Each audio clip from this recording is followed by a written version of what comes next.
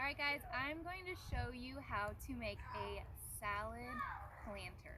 Okay, so I have this big barrel, I don't know, it's probably 2 feet in diameter. I just topped it off with fresh soil and compost, and I have my seeds ready to get started. Now this is going to be the perfect spring mix salad. We're going to have all sorts of greens, we're going to have some different herbs, and this right here we're going to grow some snap peas for our spring salads. So really excited to show you how to do this.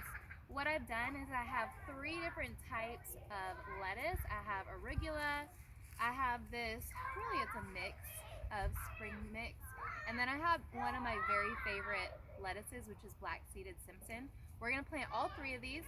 I also have cilantro, chives, and these bunching onions. So these are like green onions. These are gonna be awesome because these are going to keep a lot of the bugs away. The chives, bugs hate the smell of chives. And then cilantro, I love cilantro in a lot of things. And of course onions for flavor. And in the very middle, what we're going to do is we're going to grow some sugar and snap peas. So these are just the type of peas that you can just eat the entire thing. You can throw them on salads fresh. And they're climbing, but they're dwarfs, so they're only about 2 feet tall, and that's why our little teepee here is only a couple feet tall. Now most of these seeds are really small, and so I'm not going to put them very deep in here. I'm gonna take these red bunching onions, and we're gonna do this real fast. It'll take just a minute. So put some in my hand, really just rough up this space, and I'll plant these in.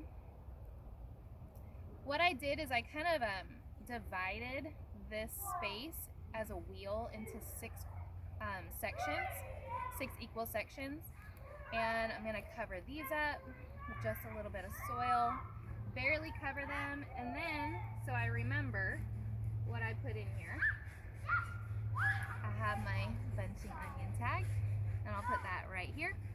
Okay, another third, I'm going to put chives over here.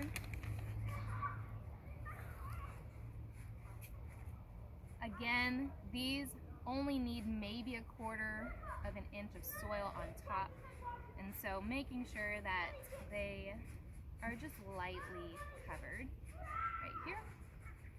Put our chives. I'll reuse these tags year after year. It's awesome. And then this last side over here, I'm going to grow cilantro. You guys, this is a perfect time.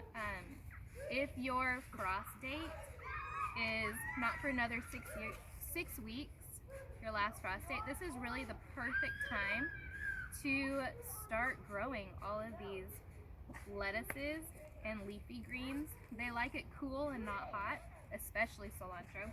And so that's why I'm getting these in the ground right now. Okay, so we have bunching onions, chives, cilantro. Now I'm gonna do our lettuce mix. Really easy. I love this lettuce mix because they don't make big lettuce heads like an iceberg lettuce. Instead, these are cut and come again. So I'll come here with scissors, cut a bunch of the leaves off of these lettuces, and they will keep growing. So and they're gonna be really densely planted as well, which is ideal for this cut and come again. I'll get so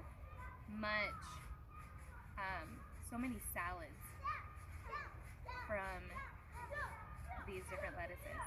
I'm just gonna kind of shake it up, and we'll add a little bit more. Really, you cannot have too much lettuce. It's so good. Once you try growing your own lettuce, you will not want to go back to store-bought lettuce. It is so good. Alright, here's my black-seeded Simpson tag. I'm gonna do the exact same for this sweet salad mix over here. Just spread all these seeds over here, and we're gonna kind of thinly rake the soil over, and then firm it up. Where's my tag? Alright, well I'll do the tag next. And then this last one is arugula.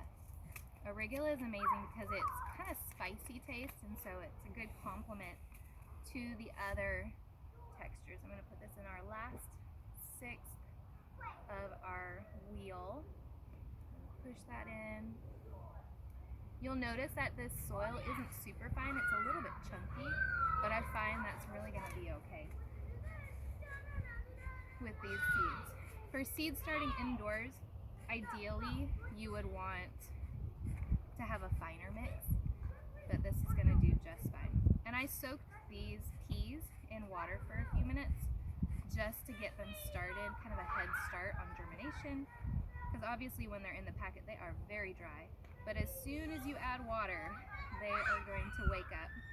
And I'm going to throw them all right here, and we're going to grab some of the soil and just cover them up. Peas like to be a little bit deeper, so I will add a little bit more to cover them up, about ½ inch of soil, and there you go. That's it.